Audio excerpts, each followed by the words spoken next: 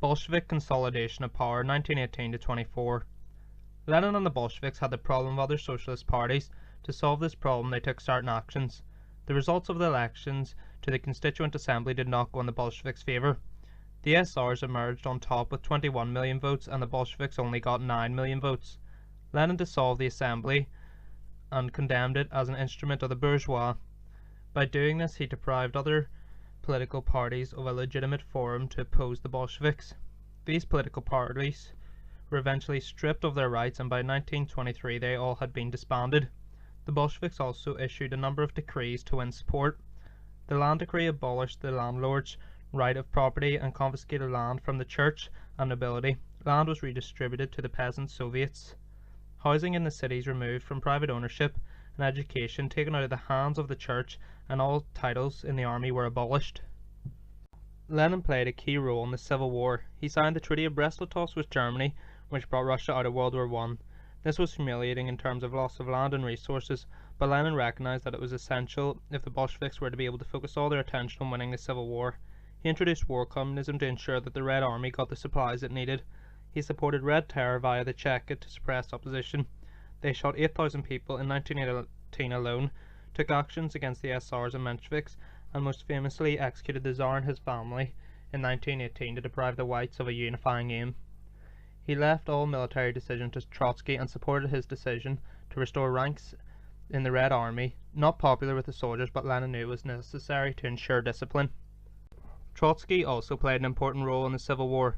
The Bolsheviks had a single unified command structure led by Trotsky, and he was able to turn the Red Army into an effective fighting force. He was able to inspire and rally his men. He had this special train on which he would visit the front lines to support his men. He inspired loyalty by promoting on ability. Even someone who was not a member of the Communist Party could be promoted if they showed ability. He ensured that discipline in the Red Army was tough. The death penalty was used frequently. Peasants, conscripts who retreated in battle might be gunned down by their own side. He also brought back ranks into the army to enforce discipline. He made use of 40,000 ex-RS officers who were watched by political commissars to ensure their loyalty. He set up labour battalions to dig ditches. He realised the importance of holding Petrograd against an attack by the white forces. Lenin had wanted to abandon the defence of the city, but Trotsky knew, as the home of the revolution, it had symbolic importance. The Reds eventually forced the whites back and held on to Petrograd. Another problem Lenin and the Bolsheviks faced was opposition. They used the Red Terror via the Cheka during the Civil War, and their terror intensified after August 1918 when there was an assassination attempt on Lenin. Any opposition was brutally suppressed, like the Tambov Rising in Kronstadt Mutiny in 1921. It was estimated that between 1917 and 23, 200,000 were killed in terror. The fact that they continued to use terror after the Civil War suggests that the Bolsheviks did not have a popular base.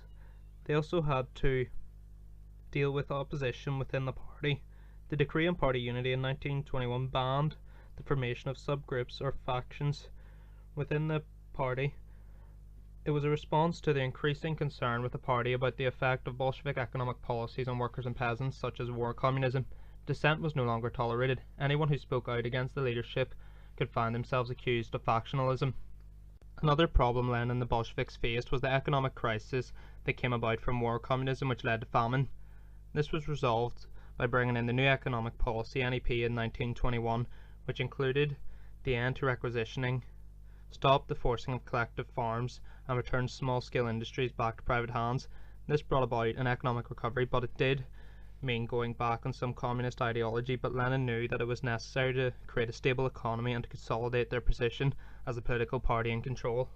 Another problem Lenin and the Bolsheviks faced was the challenge to change social structures and win more support. They challenged religion. There was attempts made to reduce the power of the Russian Orthodox Church, which was seen as supporter of the old order. However, despite introducing restrictions on religious practices, the Bolsheviks were not completely successful in eradicating the influence of the church. There were social policies on women and the family. Women were given a range of new rights and freedoms, including rights within marriage. Divorce was made easier and abortion became legal. Women were encouraged to work outside the home, and children were encouraged to challenge their parental authority. Another problem Lenin and the Bolsheviks faced was the national minorities. The national minorities had seen the revolution as an opportunity to create greater autonomy and have even independence. A decree on nationalities allowed the right of self-government to any national group, but given that in 1918 the Bolsheviks had no control over the outlying areas, this meant little. During the Civil War, the Bolsheviks sent in Red Army forces to gain control whilst encouraging local Bolsheviks to stage unrest. This gave the impression that there was local support for Bolshevik authority. This tactic was used successfully in Azerbaijan and Armenia in 1920 and with greater difficulty in Georgia in 1921. In 1923, the new name of the Union of Soviet Socialist Republics, USSR, was an attempt to recognize this ethnic diversity.